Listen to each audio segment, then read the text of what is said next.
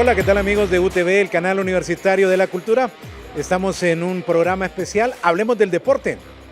Hoy con un invitado muy especial, Edwin Martín Vanegas. ¿Quién no conoce o ha escuchado el nombre, ha leído los medios escritos, electrónicos? Edwin Vanegas, Edwin Martín Vanegas, egresado de la máxima casa de estudios con doble titulación, licenciado en periodismo y también en Derecho. Un gusto tenerlo aquí en UTV, Edwin. Muchas gracias por la invitación, Daeri. Y sí, esta es mi casa, la mejor universidad de Honduras, la máxima casa de estudios, orgulloso de haber egresado de esta casa. Bueno, ¿su número de cuenta? 8510-832. ¿Y con eso sacó la doble titulación? Sí. Claro, hubo espacios por razones de familia, por razones de trabajo. Entonces se apartó un tiempo sabático, como dicen. Dejé el periodismo y luego ingresé a la Facultad de Derecho. Año sabático que me causó cierto problema a mí por una entrevista con Fabián Coito, pero bueno, era algo que se tenía que decir o que se tenía que preguntar, pero bueno, eso es otro tema y ya estaremos hablando de ese tipo de conflictos en los que entramos nosotros los periodistas y en los que tiene que resolver un jefe de prensa. Se preguntarán ustedes por qué la entrevista con Edwin Martín Vanegas, y es que déjenme decirle que Edwin Martín Vanegas acaba de cumplir 25 años como jefe de prensa, pero en los medios muchísimo más. Bueno, estamos hablando de 25, pero ya son 26. Sí, casi 26 en el mes de abril y 34 de estar en medios de comunicación. Justamente, Daeri, y tú eres el primero al que yo le puedo compartir esta información. Ya llevo 5 capítulos del libro biográfico, autobiográfico, en el que cuento justamente toda esa carrera del periodismo deportivo, el pasaje por el derecho y luego, lógicamente, la Federación de Fútbol. Por cierto, este no será su primer libro. No. ¿Ya tiene otro? Es el sería el tercero. ¿El tercero?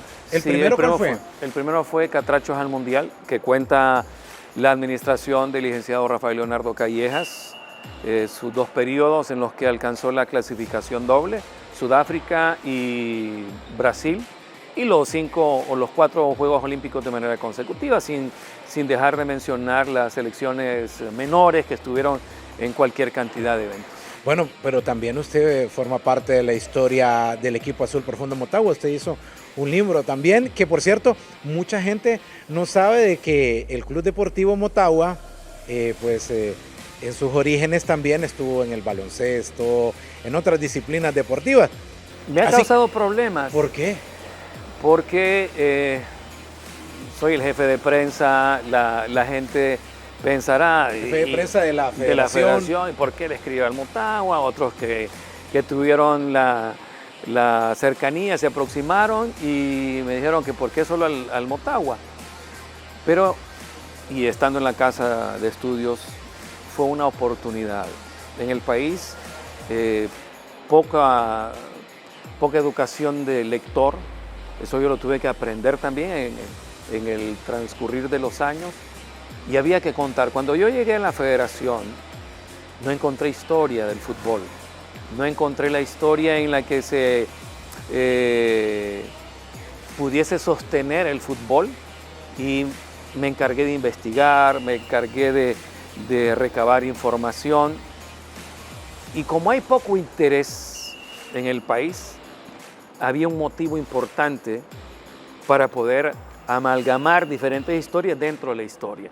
El libro de Motagua, haciendo un paréntesis en la historia escrita sobre Catrachos al Mundial, es muy significativa por una razón, porque ahí, y quiero aclararlo, ahí cuento la historia del Real España, de los inicios del Real España, que antes eran los Tejeros, del Olimpia, que tuvieron una importante, que es uno de los equipos más antiguos, la historia de la Liga Nacional en 1964, del por qué la realeza del Real España, la constitución de la Federación de Fútbol, el año del 1981, cómo se fue creando la institucionalidad del deporte a través de, hoy conocemos con CONDEPA, el Comité Olímpico, pero antes era otra, o fueron otras instituciones que fomentaron. Prácticamente es un libro de entonces de la historia, según lo que hemos leído, porque por cierto le agradezco que me lo haya hecho llegar.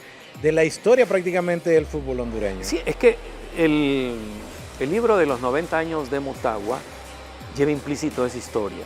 Entonces, como para que los jóvenes se ilustren, y no tiene que ser de manera necesaria seguidor del club.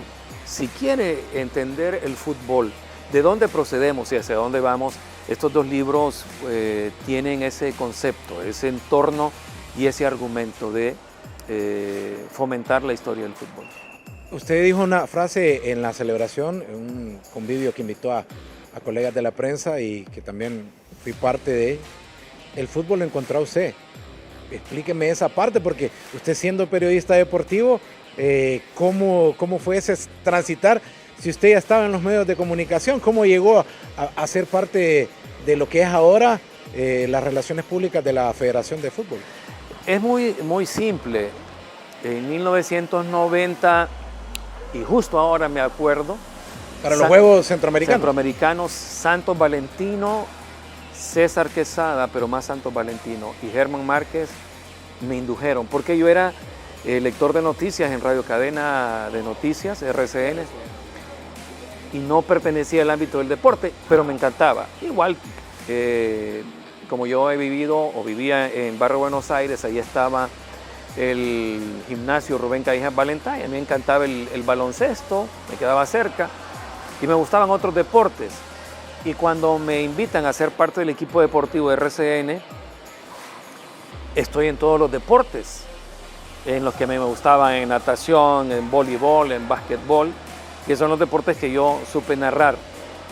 Entonces me familiaricé, me encariñé con los otros deportes. El fútbol yo lo miraba así, del lado, porque sentía que le robaba espacio a los otros deportes. Entonces mi afinidad era con el Comité Olímpico, con la Confederación. Recuerdo yo al general Walter López, que era el presidente de Condepa, a don Julio Villalta, que era el presidente del Comité Olímpico, y toda la afinidad. De hecho, en 1990, para los Juegos Centroamericanos, recibo una invitación del Comité Olímpico para ser parte del departamento de prensa en los Juegos Centroamericanos y del Caribe en México. Entonces ya sabrás que no tenía esa familiaridad ni proximidad con el fútbol, por el contrario. Así que cuando yo digo que el fútbol me encontró, soy muy honesto, muy sincero. Para llegar incluso a la federación, tardé en aceptar la invitación, la propuesta laboral, casi 5 meses. Porque fueron 3 no que le dije a la federación. ¿Por qué? Porque yo estaba cumpliendo un sueño, yo estaba en televisión y a mí esas cámaras me atrapaban. La televisión para mí era una pasión, porque suelo apasionarme de lo que hago. Eso ha sido una parte bien intrínseca de mi vida. Entonces, enamorado de la televisión, venía yo de sufrir, y hoy lo digo por primera vez, del complejo de la calvicie. Tiempos de los 80 en donde se usaban los afros, el pelo largo, la época de los hippies, y yo no estaba familiarizado con lo que... Pero ahora más bien la moda es andar con el pelo corto o pelón salir. Pero fue antes. No, esa historia es difícil. Incluso fueron los años de los 80 cuando yo ingresaba a la universidad. La gente cuando se me acercaba solo me miraba el techo, casi sin nada. Y yo sufrí de complejo. Entonces me automotivé para estar en la televisión. No era las personalidades que estaban frente a una cámara como presentadores, eran los muchachos, los guapos de cada época, y el complejo de la calvicie me golpeó muchísimo. Entonces prefería estar en la televisión que estar en una federación de fútbol. Además que en aquel tiempo de 1998, recuerdo yo a David López, un personaje, el jefe de prensa de la federación, al lado de don Jorge Budó. Deambulaba, no tenía oficina, no tenía computadora, no tenía un escritorio, nada, parecía gitano dentro de la federación, y yo no aspiraba a hacer eso. No lo aspiraba, yo quería ser siempre... Usted le daba cobertura ahí, se daba cuenta de lo que pasaba ahí en los bajos del Estadio Nacional por el sector de Silla, que ahí era las... Sí, había unos malos olores del estadio, ya sabemos por qué. No me simpatizaban mucho las instalaciones, no me atraían. No era un trabajo en el que yo me iba a sentir cómodo por lo que yo conocía. Los jóvenes de hoy y que conocen de la federación el presente dista mucho de aquella realidad. Pero no lo acepté. Me invitó a trabajar don Gilbert Bertrand. Yo lo visité para conseguir un trabajo en su programa Vistazo Deportivo. Me dijo que no. Me dijo que mi posición debía ser el jefe de prensa de la federación. Yo creo que era el Mesías, yo creo que era el profeta de Edwin Banega o el ángel que me puso Dios.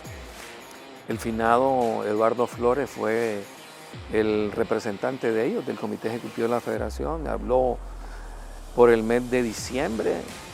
Yo estaba disfrutando de unas vacaciones obligadas porque había salido del último trabajo en Vica Televisión y estaba disfrutando de mis hijos, disfrutaba del tiempo con ellos y no estaba interesado en el trabajo de Santa Naturaleza. Inclusive visité a don Salvador Narrala para que me diera la oportunidad, hice pruebas, me encantaba el baloncesto.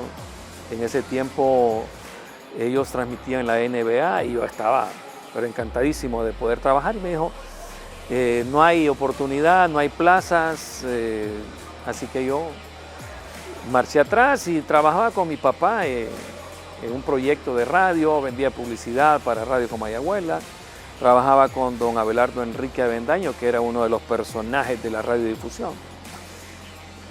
Y le dije que no. Después, un mes y medio más tarde, me volvió a llamar Eduardo Flores y tampoco. Le dije que no era ninguna posibilidad, no me atraía. Por el mes de abril, a principios de abril, mi situación económica era muy difícil. Me apretaba muchísimo, con 3 hijos, una casa que administrar, una familia, yo creo que cualquiera que me esté viendo habrá atravesado tiempos de esa misma naturaleza. Y una noche, regresando de la iglesia, no habían celulares, o no los tenía, eran los víperes en aquel tiempo. Y Eduardo Flores una vez más me llamó, mire Edwin, casi que enojado, ¿verdad? Hablé con don Rodrigo Castillo y me dijo que le propusiera de nuevo la posibilidad de trabajar. Eduardo me conocía, no tanto yo a él, sino él a mí, porque trabajó con mi papá en Radio Tegucigalpa. Me había visto, habíamos tenido un par de conversaciones y sabía de mi trabajo por alguna razón. Y esa vez le dije que sí, más por necesidad, por responsabilidad con la familia, le dije que sí, advirtiéndole que iba a trabajar a mi ritmo, a mi tiempo y que solo iba a trabajar medio tiempo. Con esas condiciones yo empecé. Por eso digo que el fútbol me encontró a mí. No lo busqué, no estaba en mis prioridades, no estaba en mi agenda, en lo absoluto. Bueno, hablando sobre eso, y ya que estamos hablando de esos 25 años, ¿cuáles han sido los mejores momentos? Porque podemos decir el primer triunfo de Honduras ante México en San Pedro Sula, la clasificación al Mundial en 2009, octubre, en San Salvador, que allá estuvimos. 14 de octubre. 14 de octubre, que me colé hasta en el camerino estuve yo. Clasificar por segunda vez consecutiva hacia Brasil con anticipación las clasificaciones a los Juegos Olímpicos, porque ahí, con todo esto que me dice, que le gustan todos los deportes, pues prácticamente es como un sueño cumplido. ¿Cuál han sido, si tiene 5 momentos en lo que ha sido jefe de prensa que a usted lo han marcado, cuáles serían? ¿Alegrías o tristezas de los 5 momentos? Bueno, el primero es cómo quedamos fuera del Mundial que dirigía Ramón Enrique Maradiaga. me queda ese pesar. La afición, la prensa dicen que fue nuestra mejor generación. Tuvimos de espalda a los Santos porque no entró esa pelota con Trinidad y Tobago. Y era mi primera versión, mi primera asignatura como jefe de prensa de una selección nacional. Y es la primera experiencia porque vi a mis hijos llorar a un lado del banquillo, a Bayardo José, a Carlos Xavier, a Alejandra María, que apenas tenía 3 años y medio, casi 4, cuando perdimos contra Trinidad y Tobago. Esa es la primera experiencia. La segunda, la primera clasificación de Honduras a una Copa Mundial U17, histórica. Habíamos participado en selecciones U20, pero esa vez de la mano de Miguel Escalante y Jorge Jiménez. ¿Aquí en Tegucigalpa? En Tegucigalpa, una Semana Santa. Semana Santa, el estadio lleno. Repleto. Fue nuestra primera experiencia mundialista, personalmente. La disfruté igual que una mayor porque era una primera vez. Después Honduras se acostumbró a esta clasificación. Esa es la segunda. La tercera es, lógicamente, esa sería la tercera. La segunda sería la clasificación a los Juegos Olímpicos, a los primeros Juegos Olímpicos de 2008 de en Beijing. No, el 2000. 2000. Ah, usted está hablando de Sydney. En Sydney, Australia, de la mano de Ramón Enrique. Es una selección de la que me enamoré porque no es lo mismo un jugador adulto que un jugador joven. Conocí a jugadores como Mario Iván Guerrero, que es un gran tipo, un caballero, a Jairo Martínez, a Junior Izaguirre, a Julio César, a David Suazo, Noel Valladares, el David Suazo Ramírez, que hizo la práctica en la oficina de prensa. Ahí hizo la práctica. Sí, me la pidió. Él estaba estudiando bachillerato en ciencias, estaba estudiando en electricidad o computación, electrónica en el ITE de San Pedro. De San Pedro Sula. Entonces ya con Miguel Escalante sería mi tercera. Y antes de esa también la Copa América. Soñada. Ahora mismo estamos pendiendo de un hilo con el corazón así por clasificar a una segunda Copa América. Esa experiencia que tuve allá en la Copa América me marcó porque me sirvió de aprendizaje, porque era la frase común de la prensa, era una recogida, todavía se mantiene ese término, pero Ramón supo valorar a los muchachos, supo llevarlos hasta el tercer lugar en aquel lanzamiento penal de Junior Izaguirre. Y la quinta seguramente sea la clasificación a Sudáfrica, porque como niño yo disfruté la selección de Chilatuclés teniendo 14 años. Viajé cada día de competencia en el hexagonal de 1981, cada tarde a la 1 de la tarde en los tendidos populares de sol. Entonces disfruté esa clasificación y disfruté aún más siendo parte de un equipo de la clasificación a Sudáfrica en la condición que lo hicieron. Cómo estaba nuestro país fue el detonante para unir al país. No había otro motivo, no había religión, no era política, era la selección. Y entonces, para mí, el ser parte con la administración de la federación, con aquel equipo del comité ejecutivo, la comisión de selecciones, era una asignatura aprobada. Era el quinto, ha sido el quinto, y después vinieron otras clasificaciones. Pero esas 5 que menciono, Daeri, marcaron mucho lo que es la carrera de prensa. Ahora, ese día, porque sin duda alguna que es un antes y un después y todo el mundo lo ha dicho, ¿qué hizo ese día? Porque todo el mundo nos metimos, toda la prensa, a pesar de que algunos nos agarraron a garrotazos. Yo aproveché y fui detrás de Salvador, a Gerson Gómez lo agarré, a varios, pero yo estaba adentro, terminé ahí adentro con los muchachos. ¿Y usted qué hacía? ¿Iba a detener a la gente o andaba celebrando? No, yo andaba celebrando. Yo andaba ¿Usted andaba como aficionado? Porque igual, no, ya estaba en la... que estaba adentro. Estaba adentro, pero yo estaba ya celebrando. Pero era una angustia... ¿Y cómo se da cuenta? ¿Cómo se da cuenta? Porque habían tantas cosas Es que todo el mundo nosotros decía, escuchando la radio, cayó gol de Estados Unidos. O sea, pero ustedes que estaban ahí en el terreno de juego... ¿cómo Recuerda se dieron que cuenta? ya el El profesor... comisario les avisó. No recuerdo, pero el profe de Rueda ya había bajado, había lo sido había expulsado. expulsado.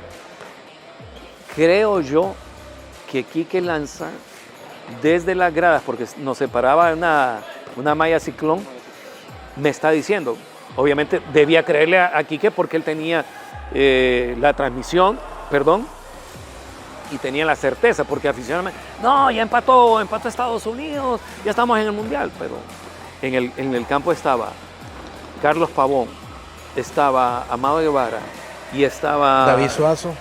Julio, los que yo tenía cerca, llorando por la descalificación, porque aun y cuando habíamos ganado el partido, Ya sabían fuera. ellos que Costa Rica estaba ganando. Exacto, estaba ganando, entonces ya estaban en la melancolía, en el que se pudo ser. Carlos Pavón había fallado el lanzamiento penal En San Pedro, contra en San Estados Pedro Unidos. Sula, entonces era el personaje, el protagonista o el antagonista, porque su participación nos podía haber dejado Recuerdo que, por cierto, yo le exigí que tenía que hacer la primera pregunta en San Salvador, que todos los demás medios... Yo de las cosas, ese tipo de cosas no lo recuerdo. Yo sí me acuerdo, y usted me dio la palabra, y yo le dije, bueno, al final creo que era la pregunta más importante, porque ¿qué hacer? Le pregunté, estaba Pavón, estaba Amado, estaba Reinaldo Rueda, y le ¿qué hicieron en estos días pensando en que tenemos que ganar este compromiso y estar a expensas de otro? Y me hablaron de todo lo que habían hecho durante esos días y fue como un desahogo para ellos, trabajar en la parte psicológica, que sí se podía conseguir ese partido. Entonces, esas anécdotas en ese momento, porque, o sea, todo el Sí, mundo... es que hay una serie de confusión, nostalgia, alegría, todas las emociones en una sola.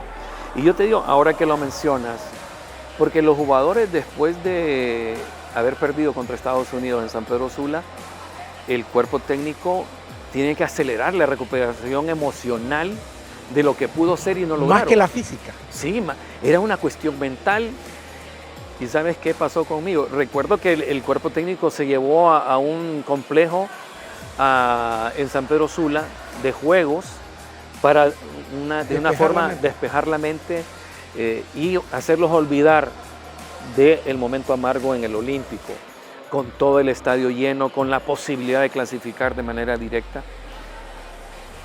Yo me quedé en la habitación, había llevado a mi hijo Carlos Javier, me sentía muy mal, sufrí de una depresión por el resultado, no salí a las comidas, no salí al desayuno, no salí al almuerzo, salieron y yo me quedé en la habitación. Carlos Javier debía venir a Tegucigalpa a sus clases y él decidió quedarse conmigo, acompañándome en el luto, por decir algo, porque era una cosa que se repetía, una película ya vivida. Al día siguiente lo llevé al autobús y te digo, literal, y él está ahí que es testigo, cuando yo le despido a mi hijo, yo suelto a llorar como un niño porque quedaba solo. No me sentía como acompañado o no quería estar acompañado, quería estar sufriendo, no sé, me victimicé creo de que hasta demasiado, pero lo sufrí muchísimo. Entonces cuando explota la clasificación, yo siento una liberación del compromiso que se tiene estando en una posición de esas, acompañando a la selección, del compromiso con la afición, del compromiso con el pueblo hondureño. Ese momento yo lo viví intensamente, pero de manera intensa. Y cuando estamos en la conferencia de prensa, había demasiados periodistas, demasiados. Y gente familiar, gente de la comisión. Hasta casi pierdo un ojo porque no recuerdo quién fue. Levantó un lapicero y yo voy acelerado y me acerco y siento aquel golpe en el ojo izquierdo. Inclusive tengo una fotografía en la que estoy sangrando Pero como la adrenalina está en su máximo nivel, no lo sentí. Pero no recuerdo realmente haberte dado la palabra. Yo sí, yo sí. Bueno, ya que tocó el tema de la familia, vamos al origen de Edwin Martín Vanegas. ¿Cuándo nace? ¿Qué edad tiene? ¿Casado? Ya abuelo, por cierto. Ya me mencionó a sus hijos, a Bayardo, a Carlos Javier, también egresado aquí de la máxima casa de estudios. Comisario, por cierto, yo creo que le andan siguiendo los pasos a usted, porque usted también es comisario de los partidos de la Liga Nacional y de CONCACAF también. Y su hija que lo ha hecho ya abuelo, ¿verdad? Sí, antes habría que hablar que tengo 5 hermanos, 2 papás que nos enseñaron. Disculpe que lo interrumpa. Antes de decirle Edwin Martín Vanegas, le decían nada más Espinal. Algunos, porque mi familia, mis hermanos y mis papás siempre me dijeron Martín, siempre me llamaron por el segundo nombre, cosa que después ya no me gustó. Pero sí, muy agradecido con mis papás, con doña Rosa Vilma Espinal, hoy en una habitación de hospital, y mi papá Roberto Vanegas, que es periodista, de donde procede ese ADN de prensa. 5 hermanos: Alexa Mireya, Roberto Edgardo, Claudia Marcela, Eduardo Lenín y Vilma Marina. 3 de ellos migrantes: Eduardo Lenín en Canadá, Alexa y Vilma en Estados Unidos. Aquí ya viviendo solo con Roberto Edgardo y Claudia Marcela. Nos enseñaron a trabajar desde muy pequeños. Yo trabajé en un taller de balconería, aprendí a ser soldador eléctrico. Sí, aprendí a pintar balcones, a instalar balcones. De hecho, yo les cuento a mis hijos varias anécdotas. Las pantallas de los cines Plaza Miraflores las instalamos. Fui parte del equipo de trabajo, les instalamos. Los canales de la otrora cervecería hondureña en el Tizatillo también los instalamos nosotros. ¿Dónde era la burrera? ¿Dónde estaba la selección? No, en el Tizatillo. En las nuevas, las que se volvieron viejas también, sí, ¿verdad? Sí. Y eso les enseñé a mis hijos a trabajar también desde jóvenes. Yo empecé a trabajar obligado por las necesidades de una familia pobre a los 8 años. Combiné estudios en la Escuela República de Panamá, en el Instituto Mixto Higueras y el Alfonso Bien Zelaya, hasta llegar aquí a la Universidad Nacional Autónoma. Y bueno, y ahí tenía ya también, si su papá ya era periodista, también los amigos terminaron en la incursión. Un compañero llamado Fabricio Castillo también, o sea, me gustó esa parte donde los amigos también se involucraron también en ese... Mira, son dos de mis mejores amigos, Marcio Enrique Castillo, que es mi compadre además, y Fabricio. Y Fabricio porque fuimos compañeros en el Guillén, en el bachillerato, y nos reencontramos él siendo ya periodista también. No fuimos compañeros con él, pero nos reencontramos, y lo recuerdo porque cuando quedé sin empleo y antes de llegar a la federación, Fabricio me dio una oportunidad en Diario El Heraldo para ser columnista. Esto pasa, se llamó creo. Y eso nunca se olvida. Mis papás me enseñaron a ser agradecido, y hoy que tengo la oportunidad de mencionarlo a Fabricio, eso lo marca como uno de mis mejores amigos. Los amigos que están no solo en las buenas, sino también en las malas. Y esos son los valores que le he enseñado a mis hijos. 2 de ellos me han seguido los pasos: Alejandra María, abogada y con magíster en Derecho Procesal Laboral; Carlos Javier, con una especialidad en mercadotecnia y dirigida a los deportes, entonces muy involucrados en el esquema. Alejandra estudió en Costa Rica el Derecho Deportivo, entonces no es casualidad dónde están, sino que se han preparado. 2 de ellos casados, Bayardo José y Alejandra, y la que me ha dado ya un nieto, a uno que disfruto muchísimo, José Emilio Luna Vanegas, con 2 años y medio ya. Es el que me saca canas. ¿De dónde? No sé, Pero sí, y es que muy inquieto. Lo vi en esa celebración, el papá andaba detrás de él. Y bueno, Tiene pero, abuelitis. pero fíjese que usted Dios no te dio. mencionaba la más importante.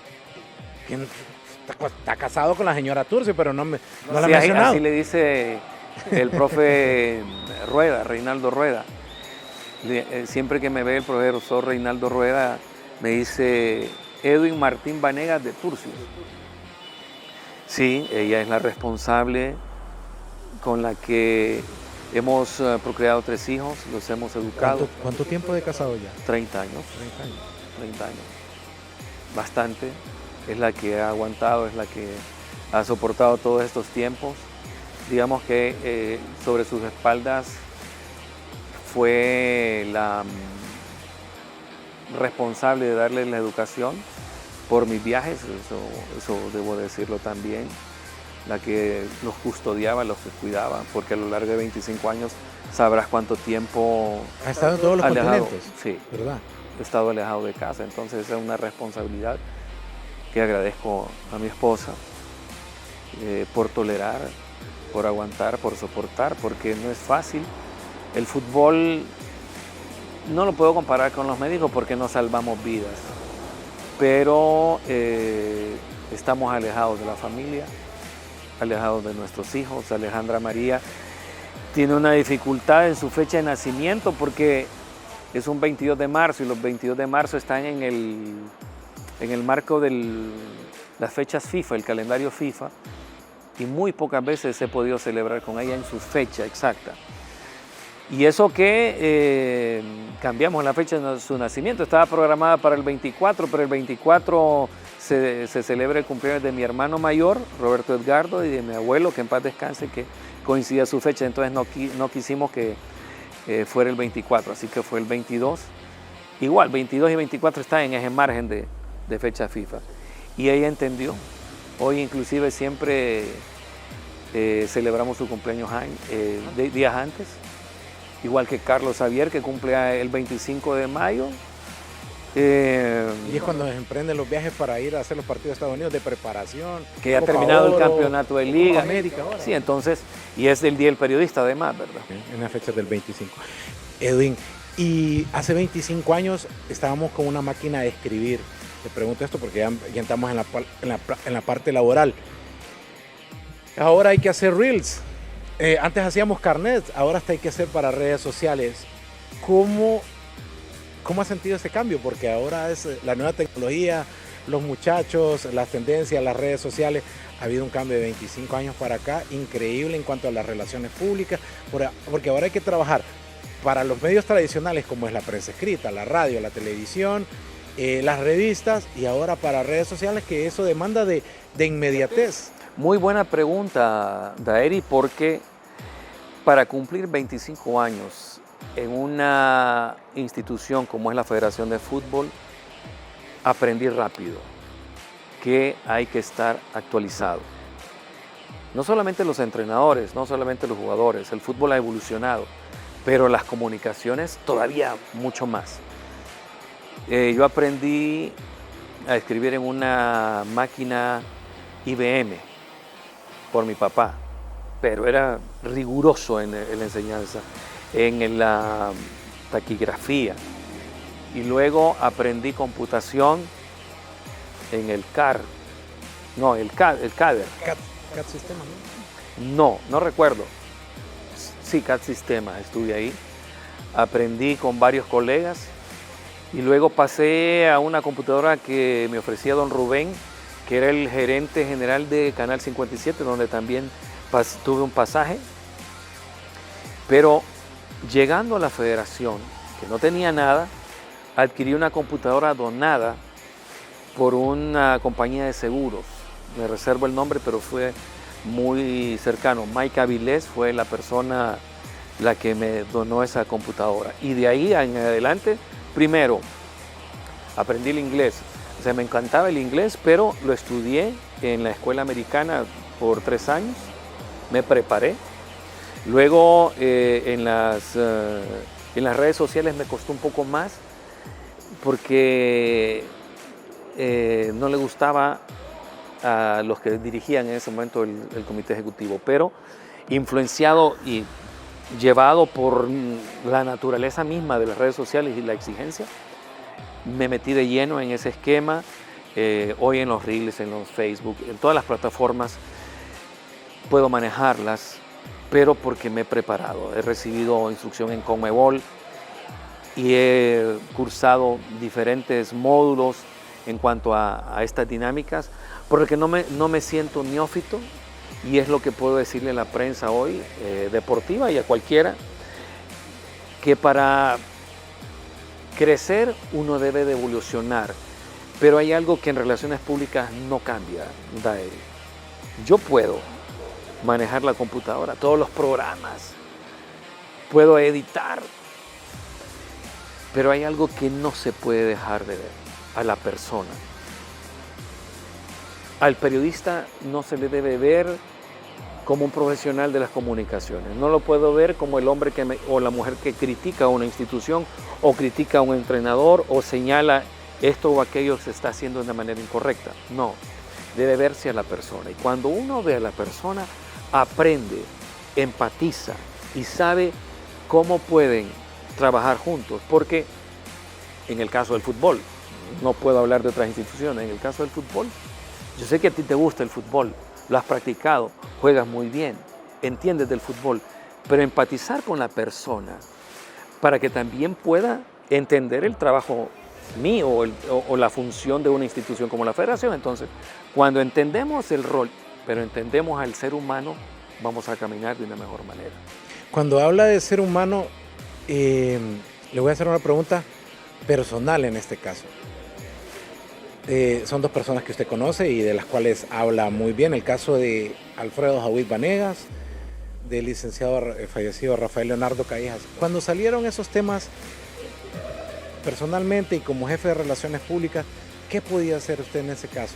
Para lavar mi imagen, en este caso ya hablando de una cuestión personal y también de una cuestión laboral, porque para usted son, más que jefes, son amigos también, o fueron sus amigos, o siguen siendo sus amigos en el caso del abogado. Pues mira que para mí fue un momento durísimo, durísimo, para ellos mucho más, lógicamente, ¿verdad? Y no vale la pena mencionar porque yo creo que todos estamos empapados de cuál fue la situación con ellos, pero para mí fue un golpe durísimo porque habíamos transitado laboralmente alrededor de unos 15 años. Nadie puede desconocer hoy que bajo la administración de ellos, de manera conjunta con el licenciado Rafael Ferrari, lograron 2 clasificaciones a un mundial. Entonces, la historia hay que como que se arruga un poco, pero hay que sacudirla porque fueron ellos los que lograron esa clasificación de la mano del profe Rueda y sus jugadores. Entonces, cuando ocurre ese capítulo oscuro del fútbol hondureño, la federación tambaleó, o las federaciones que tuvieron ese Sí, porque al final es un tema de país. Sí, y no solamente fue en Centroamérica, también fue en Sudamérica. Fue en el mundo, ¿verdad? Sí, fue en el mundo. Entonces, la afinidad con ellos, lo que ocurrió en Zúrich con el abogado Jawid, había una posibilidad de que volviera el licenciado Callejas a retomar la presidencia de la federación. Estábamos reunidos, fui convocado por la comisión de selecciones para tomar algunas decisiones en temas de protección institucional, de imagen, de una separación, porque la FIFA también estaba asumiendo ese rol, estaba inmiscuido y debían generar el buen nombre del fútbol.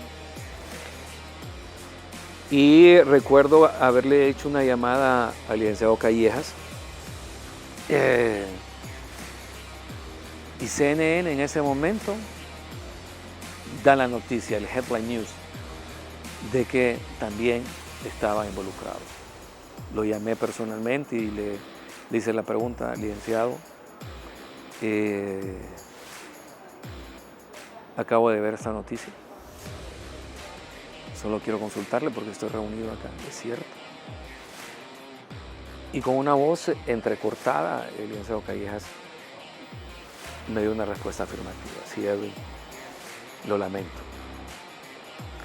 porque conocía de la persona, era más una relación de confianza más que de un jefe. Fue un golpe que ya era insoportable porque envolvía a toda la federación. Fueron 2 años difíciles porque los que estábamos ahí sufrimos señalamiento. En Honduras es difícil. Conocí a mis verdaderos amigos, inclusive, y lo más triste es que donde yo me sentía cómodo, donde yo sentía una confianza, donde yo sentía que podía ser refugio, sentía también el señalamiento, el dedo índice. Hablo de la iglesia. Y para mí eso fue más doloroso que cualquier otro señalamiento. Entonces, pude recuperarme nada más y nada menos que por mi familia y por la relación que puedo manifestar con Dios. Y luego una autosuperación, porque todos los cercanos no querían estar a tu lado, no querían una fotografía. Y los años, solamente los años pueden demostrar lo que era la persona de Edwin Vanegas. Pero también cómo el fútbol mismo y con los resultados pudo limpiarse a sí mismo, como lo han hecho las diferentes federaciones. Edwin, y en este plan de que como relacionador público, y ya le he preguntado de todo lo que ha sido la evolución, ¿cómo hacer con aquellos, porque Ramón Enrique Maradiaga dice que usted lo sacó del primitivismo, siendo Ramón Enrique Primitivo Maradiaga, como le dicen, con los jóvenes, con los jugadores, enseñarles a hablar, porque hay algunos que son niños o jóvenes, en este caso, o jugadores que normalmente abandonan sus estudios, no tienen mucha facilidad de palabra, y aquí los obligan prácticamente a dar declaraciones, si sos el capitán, aún más, ¿verdad? Entonces, ¿cómo se involucra usted en esta enseñanza? Porque, y le pregunto esto, usted también es el jefe, es la cabeza, pero también hay un grupo atrás que también ya no es Edwin Martín Vanegas, el relacionador público, no, es el coordinador, el jefe de comunicaciones de la Federación de Fútbol. Y entonces, ¿cómo ayudar a cada una de las federaciones, a los cuerpos técnicos? Porque hay hermetismo, si ya empiezan las críticas, se molestan, ya no quieren dar entrevistas. ¿Cómo congenia usted con esta situación? Porque es un todo prácticamente. De la misma forma que congeniamos con la prensa, pensando en la persona, no en el futbolista. Tuve una conversación con esta jugadora que va a Ecuador, Madeline Nieto, egresada aquí, muy buena jugadora de fútbol sala, pero gran portera en fútbol 11. Sí, los invito para que vean la historia. Entonces, ella misma dice que han sufrido de las críticas. Entonces el jugador como que crea su propia caparazón. Porque su burbuja, porque el mundo externo espera de ellos resultados. Y entonces, desde ese ángulo de prensa, hay que acercarlos, porque la mejor forma de poder aliviar cualquier situación es mostrándose, presentando un rostro. Cuando la gente ve el rostro, cuando la prensa ve un rostro que se hace responsable, no solamente de los triunfos, no solamente de las victorias, sino también de los momentos duros.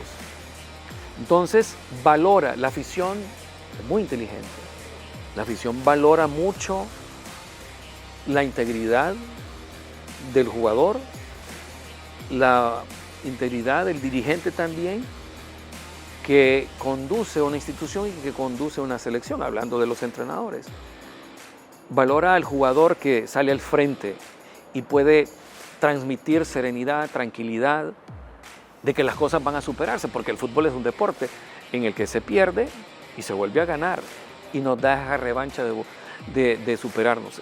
El fútbol es como la vida. Entonces, para que podamos ir abriendo camino en ese espacio y poder crear esa relación con la prensa, se debe ver también al jugador humano, a la jugadora humana, al dirigente humano, a la persona que tiene problemas, que va al supermercado, a la persona que lleva a sus hijos al colegio, que también recibe notas de padre, de familia, en fin, de esa relación. Cuando entendemos esa dinámica, podemos caminar de una mejor forma. Y ahora que se ha ampliado, porque antes era solamente una selección, una olímpica, ahora hay varias selecciones, varios procesos femeninos y quién me quita que hasta ahora, dentro de poco, fútbol sala, fútbol playa, porque eso está dentro del mismo plan de la Federación de Fútbol, en este caso de la FIFA. Es que se ha diversificado. Lo mencionas y se me vino a la mente un flashback cuando estuve en los Juegos Olímpicos de Sydney. Avisaba, la internet comenzaba ya a fortalecerse, salieron las cámaras digitales, ya no de rollo, y entonces por la diferencia horaria yo debía salir de madrugada a hacer los envíos para la prensa aquí en Honduras. Esa ha sido siempre la relación, poder facilitar el trabajo de la prensa. Hoy contamos con un departamento con 2 personas más que todavía es insuficiente, pero nos hemos diversificado en tener outsourcing, o sea, gente que labore de manera externa y nos facilite el material donde quiera nos encontremos. Una selección que viaja a El Salvador, otra que estará en Estados Unidos, una sub-15 que está en El Salvador, en fin, entonces se conjugan y podemos recibir material para poder compartirlo con la afición y con los medios de comunicación. De esa manera estamos trabajando, vamos creciendo, la federación está creciendo muchísimo, se ha profesionalizado de una manera muy acelerada, personal muy calificado, jóvenes que vienen de universidades en el exterior, que se han capacitado, que tienen maestría, en fin, entonces nos debemos poner a ese nivel de ellos, de los jóvenes, por eso es que nos hemos preparado. Sí. También otra faceta es comisario. Le voy a hacer esta pregunta y algunos yo creo que la quieren hacer. Usted es comisario. Sabemos, y porque todo el mundo sabe que Olimpia, Motagua y Real España son los que manejan la Federación de Fútbol. Eso es una obviedad, como dice usted. Tal vez no lo quiere decir usted, pero nosotros sí desde el periodismo lo podemos decir. Y otros equipos hay. ¿Ha obviado usted como comisario alguna información por ser parte como relacionador público de comisión de selección o de la misma Federación de Fútbol? ¿O le han sugerido? No, jamás, jamás. Yo le decía ayer, voy a hacer una analogía. ¿Con quién estuve conversando? Con unos jóvenes. Hablando del fútbol femenino, porque me decían, no, pero es que estuvimos en una selección, casi le ganamos a Estados Unidos. Pero antes hubo una selección femenina que ganó una medalla de plata en Juegos Centroamericanos. En Guatemala. En Guatemala, de la mano de un entrenador hondureño, Miguel Escalante. O sea, por eso soy un partidario de la historia del fútbol. Porque hoy los jóvenes desconocen y hay que ilustrar un poco. Lo mismo como el comisario. Para que yo haya sido, mejor dicho, jefe de prensa de una selección nacional, ¿sabes de quién recibí una llamada telefónica? De don Rafael Ferrari, del Olimpia. Y lo menciono por la pregunta. Y luego recibí una llamada de Osman Madrid. Yo era en aquel tiempo el secretario adjunto. Ya había dejado el papel de jefe de prensa. O lo hacía combinado. Cuando yo recibo la oportunidad de parte de don Salomón Galindo de ser comisario de la liga, no me puso ninguna condición, más que valorar la experiencia en la Federación de Fútbol. Y con quien tuve mayor cantidad de problemas fue con los 2 gerentes aquí en Tegucigalpa, porque no he sido comisario nunca en un partido en la Costa Norte. Lin Zelaya, que se metían a la en cancha. Su apogeo, en la que bajaba uno, iba el otro. En la que 1, 2, 3 y el que sufre son los comisarios, que al final solo son los que cuentan la historia, se vuelven cronistas. A Osman Madrid, por un informe mío, lo sancionaron 6 meses a Osman Madrid, él lo sabe, y no una, 2 veces. Y a Lin Zelaya, igual. Decía, voy a hacer este gesto, porque Tonín Mendoza, en paz descanse, así decía, la estoy anotando. Lin Zelaya, que somos muy buenos amigos, con Osman Madrid nos une una amistad ya de años porque compartimos la clasificación a Sudáfrica, lo recordarán. Lin Zelaya dio una declaración, sí, lo estoy imitando un poco, por este comisario, este cipote, tenía 32 años apenas, me pusieron, utilizó frases menos, frases más, pero fue un insulto, yo lo recuerdo. ¿Qué quiero decir con esto? Que nunca recibí ninguna condición, nunca recibí ninguna inducción o dirección para favorecer o no o un informe a un club, de ninguna manera. Por el contrario, me gané de parte de la prensa un mote que decían que era el comisario Yuca. Pero es que en Honduras el orden es bien difícil y los comisarios cumplen una función, un ordenamiento, un patrón, un protocolo que debe cumplirse. Nosotros somos admiradores del fútbol de España, de Inglaterra, de Italia, de Alemania, pero lo que los ha llevado a donde están es el orden. Y a mí eso me encanta. Me encanta. Bueno, Edwin, en la parte final ya de este programa, su mensaje final y esperando que vengan muchísimos años más de carrera en las relaciones públicas, en el periodismo, su mensaje final, porque usted prácticamente es un ejemplo para todos esos que estamos en la parte de las comunicaciones y que de una u otra manera pues soñamos, aspiramos a ser un jefe de, bueno, con tantas federaciones, pues mucho, ¿verdad? O en los equipos de fútbol también, que por cierto que están en pañales. Es un mensaje final como me encantaría, Daeri, que todos los clubes, independientemente de la categoría donde estén, tuvieran un jefe de prensa, porque se van a ahorrar cualquier cantidad de problemas. Debemos mantener esa educación para un crecimiento. El que haya un jefe de prensa profesional llevará a un equipo en el área de comunicaciones, en el área de las relaciones, a un mejor estatus. El jefe de prensa debe ser valorado en los clubes, en las federaciones, hablo de todas las federaciones, pero hay que valorar también a los medios de comunicación y por encima de ellos al periodista de calle, al periodista de camino, al andante, al que día a día está en las, ¿cómo le llaman?, en las fuentes de información. Hay que tratarlo bien, porque es el que hace trascender nuestras instituciones, nuestros equipos. La prensa es el brazo de apoyo de cualquier institución en el mundo. No digo que sean el cuarto poder, no lo puedo tipificar, pero para nosotros el periodista o la periodista tiene un significado superlativo.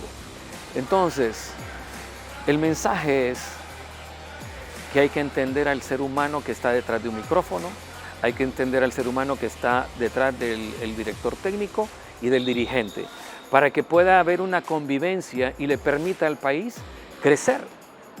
El país necesita de esa convivencia, de esa hermandad genuina, más allá de la pasión por un título, de una clasificación, de un resultado.